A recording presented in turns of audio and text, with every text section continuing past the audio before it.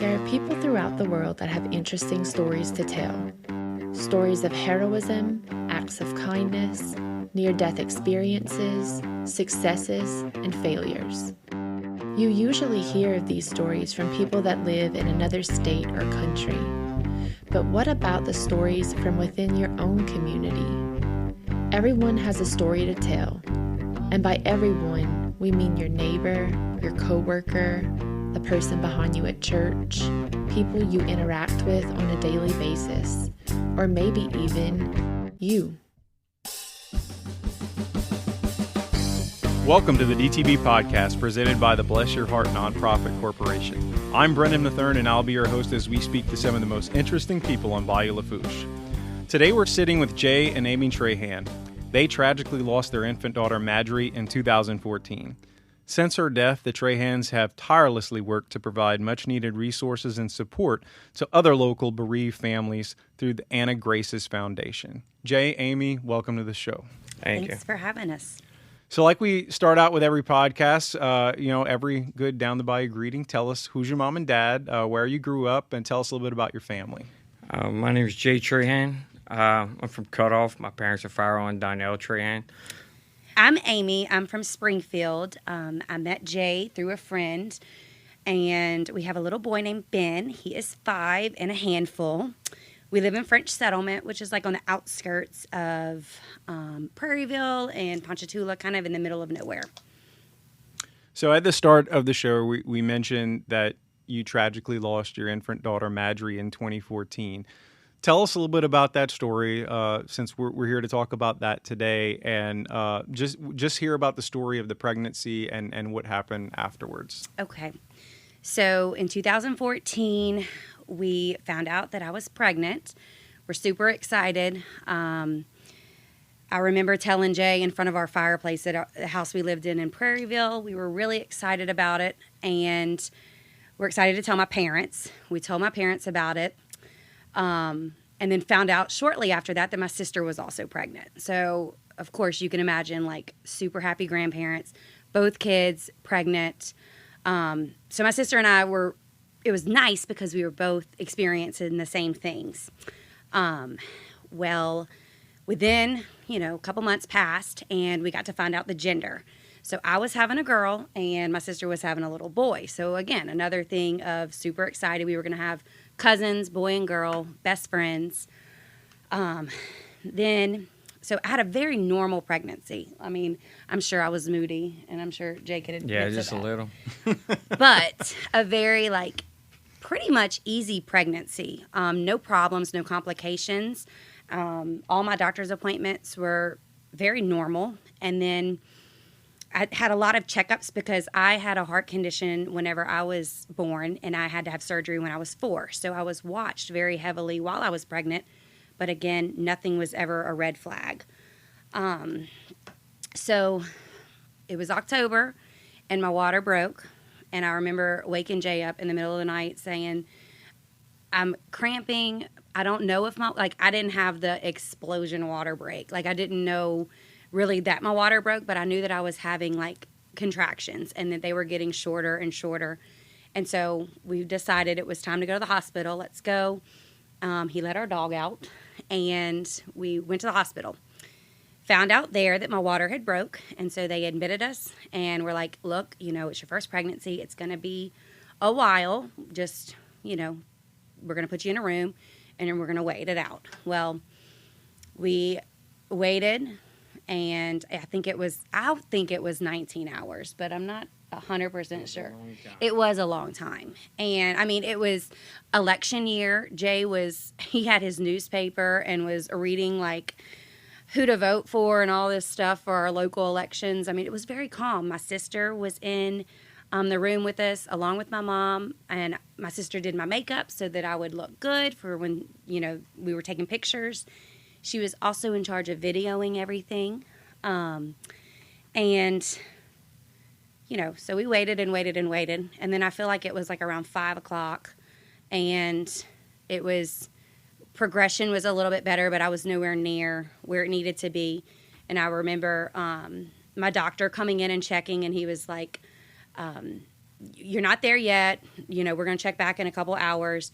And then all of a sudden, I felt like it was soon after that. My contractions got closer, dilation, everything happened, and they were like, okay, it's time to start pushing. And I did 3 rounds of the pushing, and then all of a sudden, the doctor came in. No, it was the nurse. The head nurse. The head nurse comes rushing in. Speaking of the erratic heartbeat. And she was like, stop pushing. I mean, and at this point, it was just, one, I was nervous through the whole I never had a baby before, so I didn't know how that was supposed to feel. But I remember whenever the girl was like, just push as hard as you can. Like, you can't hurt the baby. You can't hurt the baby. And so I felt like I did this big push, and then all of a sudden this lady comes rushing in and is like, stop pushing, stop. And we all look at her, and then they threw a mask on my face, and we're like, she's got to have an emergency section now. And so my sister, she's got all this on camera, you know, like, because we thought this was just going to be a normal thing where everybody has babies and everybody has things videoed. And she just was in shock.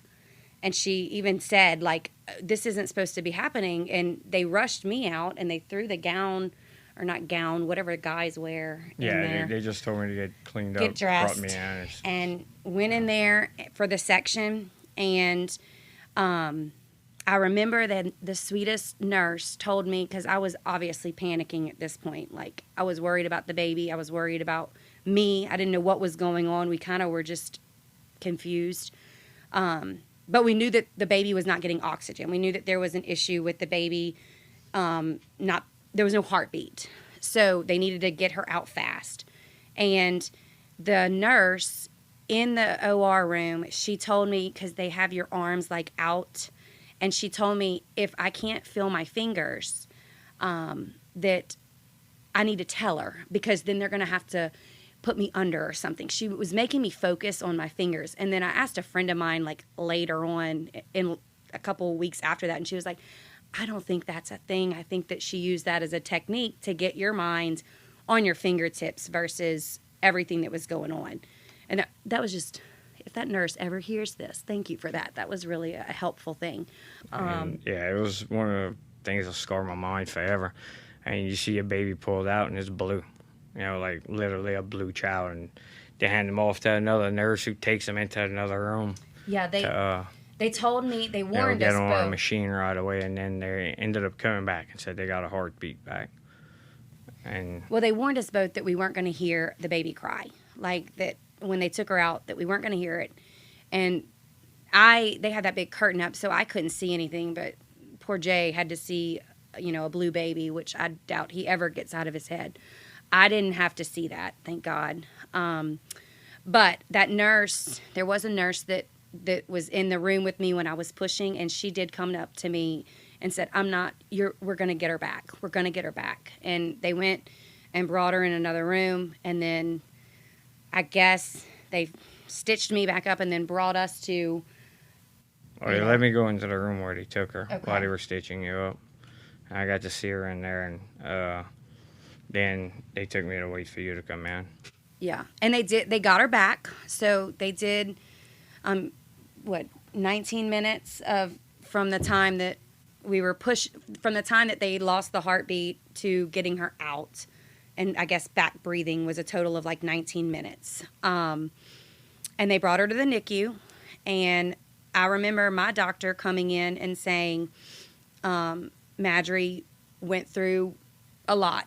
She's had a lot of trauma to her body, but she's in the NICU. They did get her back, but it's going to be a long road. And, of course, we didn't really know what that meant, but obviously it wasn't going to be an easy road at all. I think I was kind of groggy. Like, I don't even know how long passed. I feel like it was forever of being able to get to see her, because that was where my mind wanted to go see her in the NICU. Jay, I think, did I was able to go the before NICU. they let you get up. I mean, she looked better, but I knew what I had seen right before, so I kind of was able to prepare myself previous, to Amy finding out, like, how bad it was going to be. And I remember you warning me. I remember you coming in and saying, like, you know, of course, I think you said, like, she's beautiful, but there's a lot of things hooked to her. Like, it's not going to be what you... I mean, it's an ugly sight. You know, you see that out of your child. But, you know, as a man, you just got to be strong and maybe lie a little bit. You know, at that point, you really have no choice. Well, they finally...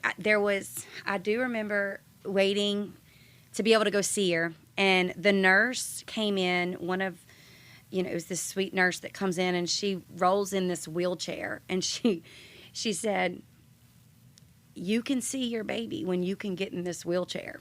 And so I guess that meant that whenever I could walk again, right, and get in the wheelchair, then I could see the baby. And she was like, "So just when you can get in here, you can go see her." And then she left, and I looked at Jay and was like, "Get me in that chair. Like, I don't care. Get me in the chair." And we went. And it was walking in that NICU, which Woman's has an amazing NICU. I mean, they have the best of the best. And seeing what we saw walking through there, because Maddry was in the very back. I'm sure that the more severe babies are in the back. And we just passed so many babies that were in there, just little bitty preemies that were in there. And it was set up like... They were fish, wasn't it fish? Yeah, like she was like a seahorse. Yeah. She was in the back, and I just remember seeing a perfect baby, except all the stuff that was attached to her. But she was big. She came out over 10 pounds, and she was this big Bertha on the table compared to what we walked through and saw all these little babies, and then Maddry's just looking like this stud on the... Yeah, she was a monster compared, you know, because most of the children in there are preemies. Right. You know, and I mean, The she was NICU nurse. She was 22 inches long, you know, 10 pounds of change. Yeah, the NICU nurse was even like, you know, we never get to handle, like, big babies. It's normally preemies, and she's so, like, her hands were just, she was normal. Like, she was beautiful, and I just felt like I could pick her up and take her. I just didn't get it because she looked so normal. But her poor little body just had gone through so much. And what they do with babies that, I guess, lack of oxygen for a while, they put them on a cooling blanket. And it's to get their levels below whatever, I don't know what degrees it is, but they basically cool the baby down so it gives a chance for the organs to kind of start working. And the NICU doctor was like, it's a puzzle that we got to put back together, and we got to start, you know, at one thing and then work our way and get everything working again in hopes that, you know, everything will start working all together again. So for 72 hours, they put you on this cooling blanket. And then it's kind of a waiting game after that, I guess. She was in there for 4 days. On day 3, a social worker lady came in to my room and told us that it would be a good idea to read to her, to go into the NICU and, like, start reading, which was a really good thing because I had this book, and it's called The Night You Were Born, and that was supposed to be, because, you know, everybody has their, like, plan of what it's going to be when they have their baby. You got the wreath on the door, you have everything that, you know, you Pinterest and you want this perfect little pregnancy. I had the book was called On the Night You Were Born, and that was what everybody was going to sign when they came in to visit her and see her, like, you know, get to hold her and all of that. That was my vision. So we kind of had to switch it up and still do that. And I had all of our family that was at the hospital. I said, this is your chance to write her a message. Write it in this book on the page that you like. And so that's the book that we got to read to her. And I did get to hold her, which was amazing, being able to sit there and hold her. They still had all the stuff attached to her, and we read her the book. And then it was not long after that we just kind of could tell that they were going to start warming her up after that, but I could just tell that it wasn't going to get to that phase, that she was kind of dwindling down. Yeah, once they brought in the the doctors came in and explained to us about the brain waves and how they work. It's like, one line's supposed to be slow and big and, big swells, and the other one's supposed to be fast, kind of rapid. And he was like, the one that's supposed to be rapid looks like swells, and the one that's supposed to be swells is flat. And so we knew she was brain dead. And, I mean, I wasn't going to tell him pull the plug. That was, Amy's choice. She carried the baby, not me. So I let her make that decision. She was strong enough to do it. I was holding her, and it was something that kind of took over me going, it's time. We both, Jay and I talked, a lot about in those 4 days. Our relationship grew extremely, it grew up fast. We had to get strong together, and we both didn't want, we wanted her. My biggest thing was I was fine with having to take care of a baby that was special needs, but I wanted her to be able to feel. I wanted her to be able to love. I wanted her to have feelings. And if that wasn't a possible thing, then I didn't want them to take the extreme measures of bringing her back if it wasn't going to be a life. To me, love is life, and I wanted her to be able to love. So after reading to her and we held her, I remember holding her, and I looked at Jay and I was like, this is it. She's going to go soon. And sure enough, she did. She went, and I knew when she went. I could feel it. But it was I had peace. It was awful, but I did have peace at that point. I was blessed enough to be able to hold her, and some moms don't. I mean, so many people lose a baby, and they lose them in the womb, and they can't, and then they're holding a baby that's not breathing. I did get to hold her breathing, and I have to take that win because it was. And then you have to return home, where they still have everything set up for a new baby, and that was rough. Yeah, that's a whole nother roller coaster is the ride home. The car seat in the back of the car. Just the things that, it brings me back to, when I was in the hospital and we knew that she was going to be in the NICU, they had me on the normal maternal floor. And that's, you got everybody breastfeeding out there. There's just, you hear laughter, you hear babies crying. Whenever he's wheeling me in the wheelchair to the NICU and I see these beautiful wreaths on the door, it's a girl, it's a boy, and all these happy people, it's heartbreaking for somebody that's going to the NICU. And I told my doctor, I said, I can't do, this is too hard. It's torture every time you wheel me out of this room. I have to pass this. I have to see a mom breastfeeding her baby.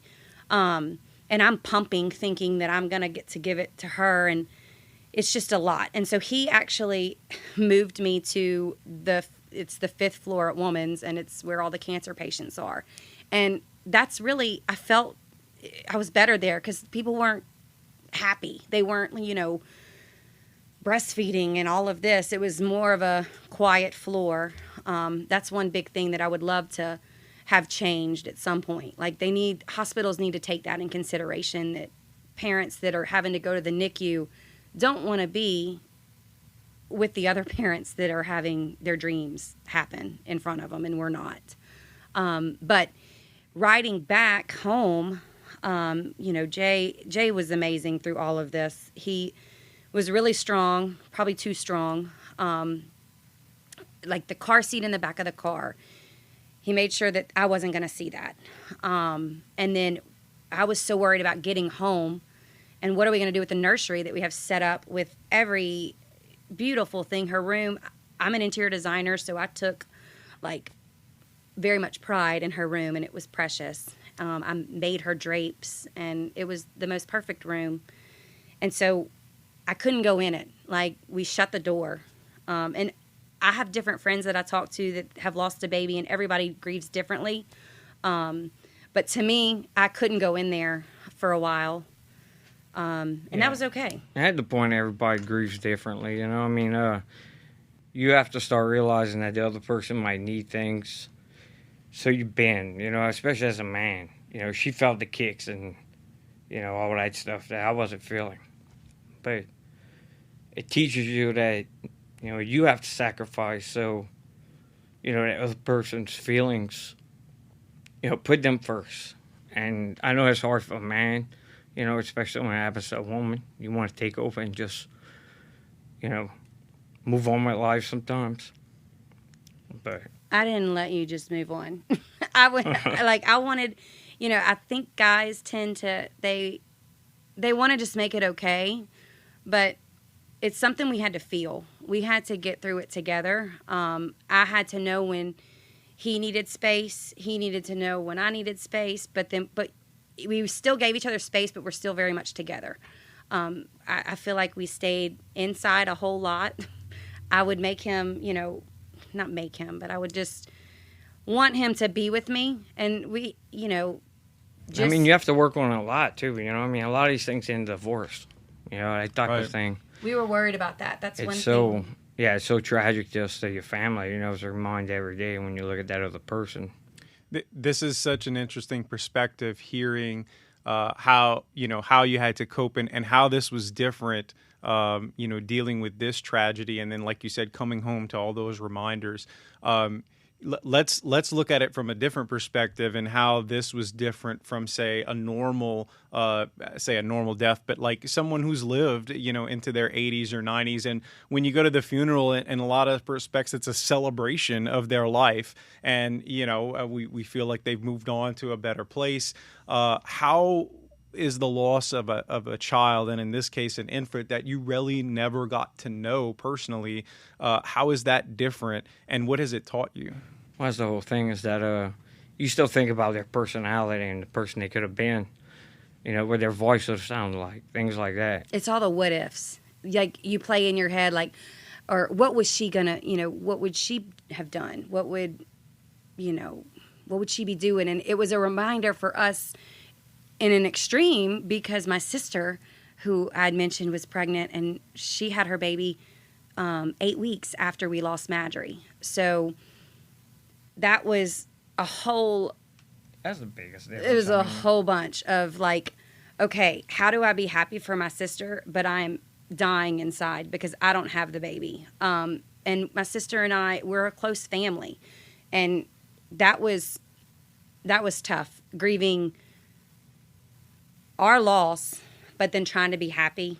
And I mean, they got it, that we weren't thrilled. It was just, still now though, whenever we see my little nephew, it's a constant reminder that that's the age that Maddry would be.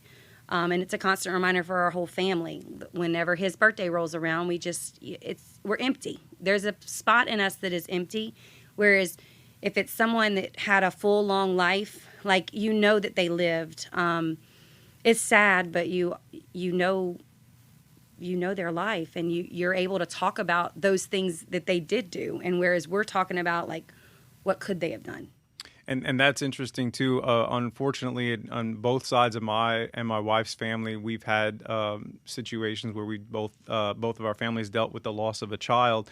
And one of the most common things that we've, you know, seen is that people, when they want to help and they want to be there for you, but they're never sure what to say. And even years later, sometimes they don't know, should we talk about that child or what? So how can you help bereaved families? What should people say? And is it something that, I mean, you're here today, so obviously you feel comfortable talking about it. So what message would you have for your friends and family?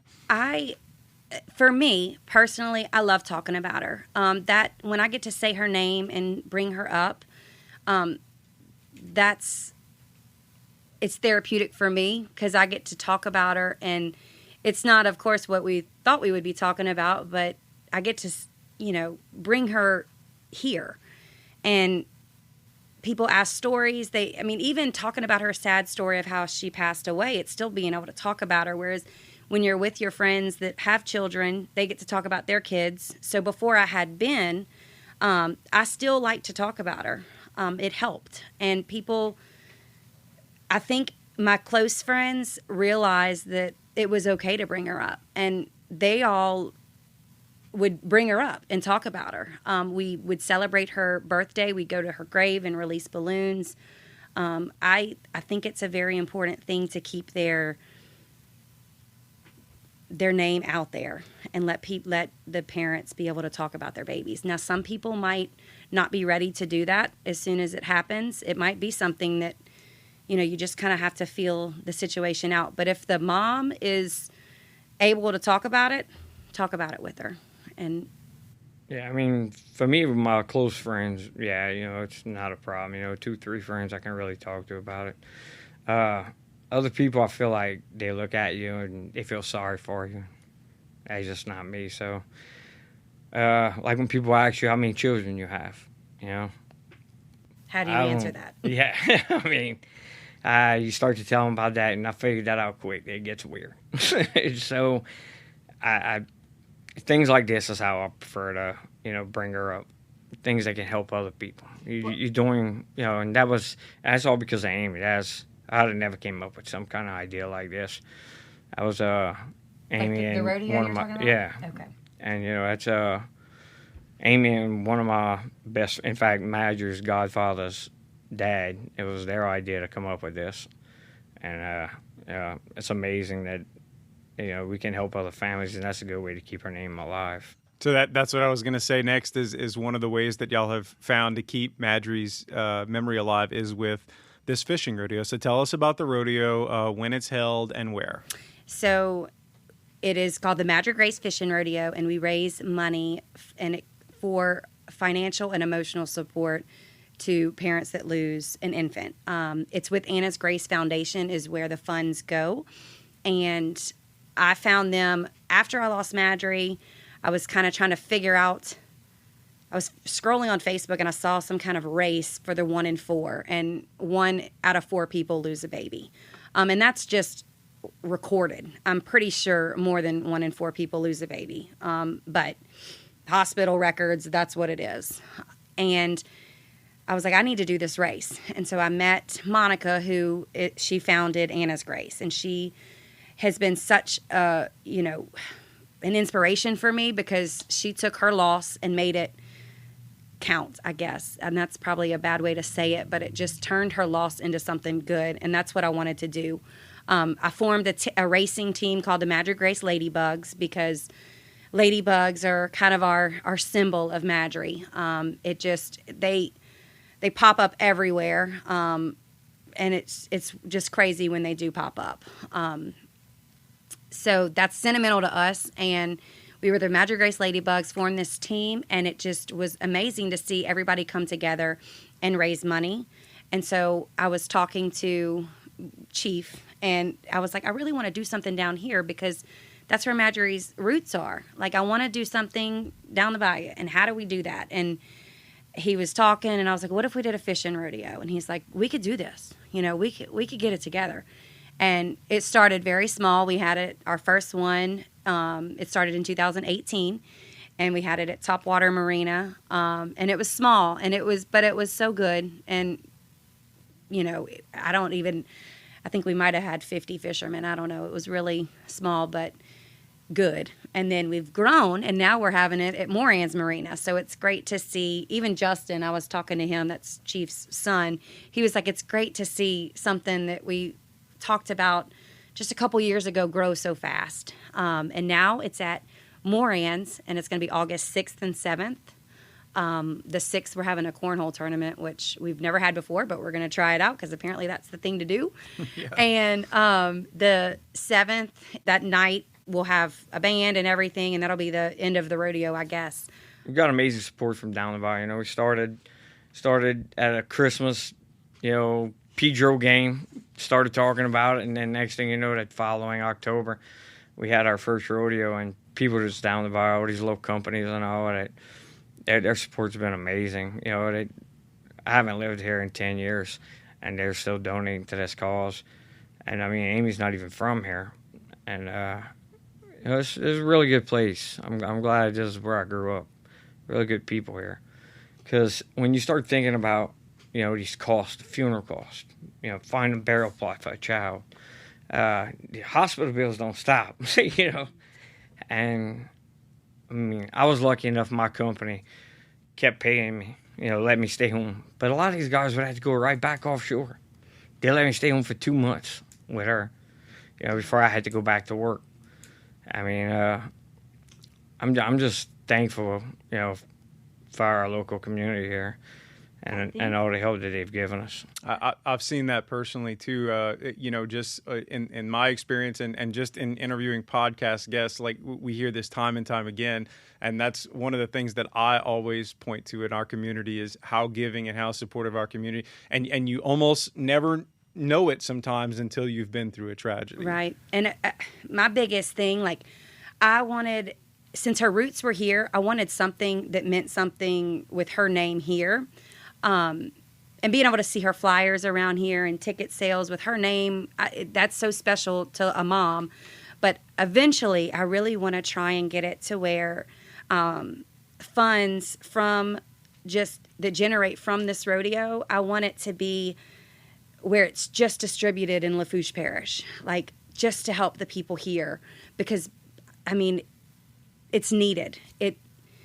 We've kind of figured out that it costs about, $500 for burial and the caskets for an infant. And some people just don't have that, along with the medical bills that they have to pay, because they don't just go away. The hospital's not just like, oh, I'm sorry, you don't get your baby, but, so we're just going to wipe everything out. They still want their money. So it's a lot on a parent that's already, their world has, crashed. It's a lot. And being able to hand over that check to a family means so much. And so far, Anna's Grace has helped over 700 families, which is, it's great. But there's so much more that I wish that we could do. And without the support of like sponsors down here that, they don't even know who I am. I mean, and they might know Jay because everybody down here knows everybody, but it's amazing to see that. So in this conversation, we've introduced people to the Anna's Grace Foundation. So they now have a resource that they're aware of if, the unthinkable does happen to any of our listeners out there. But if anyone listening has gone through what you've gone through or something similar, is there any advice for them long term on coping with this and dealing with it? Find a support group. Find some kind of support system. My family is extremely open, and so is Jay's, and my friends and his friends. We are just really lucky that we have a support system, and they've never backed down from us. They didn't, sometimes when tragic things like this happen, people tend to steer away from it because they don't know what to say. Our friends hung in there and went through the grit with us. But if you don't have that, find a group. Come find me. Follow me on Facebook. I will talk to you. I will be there with you. Anna's Grace, me joining that group and those women, seeing other women like me that lost a baby, and they know that some days just suck, and some days, you're going to be happy that you can talk about your baby, and then some days you're just going to be mad and upset. The parents need to listen to each other also. Keep open line of communication. Be honest about it. Sometimes it's hard to be honest. But, don't think about yourself. Think about that other person first. Yeah, like open line of communication, like spousal. Like, be open. It's tough. It's going to be tough. It's going to be really tough. But together you can get through it if you're open and just, stay strong in your faith. And, things do turn around. You're not going to, of course, get over it. But after having our son, it does get better. Well, Jay and Amy, we thank you so much for telling us Maddry's story and sharing all this with us. And we hope that our listeners can get something out of it. Like we said, it's very possible that someone listening has gone through something similar, and now they at least know someone else that it has gone through the same thing and hopefully gotten some good feedback. We do like to end on a positive note with all of our guests, so we'd like to have a little fun with you guys. If you're up for it, we have a round of rapid-fire questions related to life on the bayou. You can give us a one-word answer or expand on it if you feel you need to explain. It's up to you. So y'all ready? Ready. Let's do it. All right. So, and each of you can answer both of you can answer each question. So we'll start with Jay. What's your go-to order at a down the bayou restaurant? Crab noodle gratin appetizer from the balcony. That's a good choice. I'm not from here, so don't judge me, but the shrimp po' boy at, I think, what's that place called? Harry's. Wow. They sell something other than roast beef. Do. I'm surprised to and I to like learn it fully about that. dressed. Potato salad. Do you put it in the gumbo or on the side? Why is this even a question? Of course it goes in. Kind of heathen we put that on the side. Well, it goes in, I guess. Yeah. There was only one way to answer that at that Yeah. point. Jambalaya. You prefer red or brown jambalaya? I'm a red guy, which is not popular in my family. Oh, I'm so brown. Yeah, no.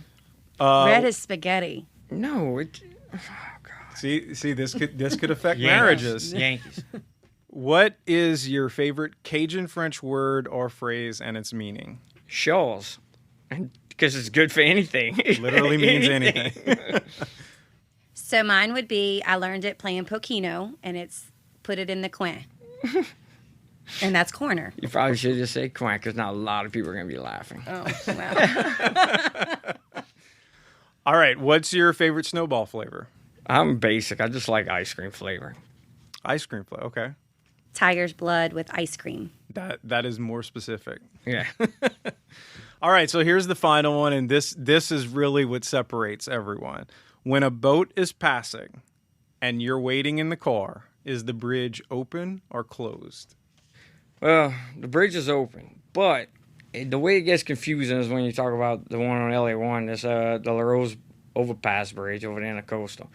Because if you tell somebody it's open, they might think that, Right. that it's able to be passed because it's always broken. But I still go open. Open. You know, it's funny that you bring up the Intracoastal because when I think of any bridge being open or closed and that whole debate, that's the one that immediately pops in my mind. But anyway, that everybody has their own opinion about that too. So, Jay and Amy, thank y'all so much for joining us for this episode. We really appreciate it. Like I said, thank y'all for sharing y'all's story. Thank you for having us. We sincerely appreciate you appearing. You can subscribe to the DTB Podcast on Apple, Google, Spotify, or wherever you listen to podcasts. You can follow us on Facebook and Twitter at the DTB Podcast. You can also follow Bless Your Heart Nonprofit on Facebook or on Twitter at BYH Nonprofit. You can donate to Bless Your Heart Nonprofit on Venmo at Bless Your Heart Nonprofit and on PayPal at blessyourheartnonprofit@gmail.com. That'll wrap it up for us on the DTB Podcast. Be sure to hit that subscribe button for our next episode. Until then, this is Brennan Matherne. Thanks for joining us, and we'll see you next time.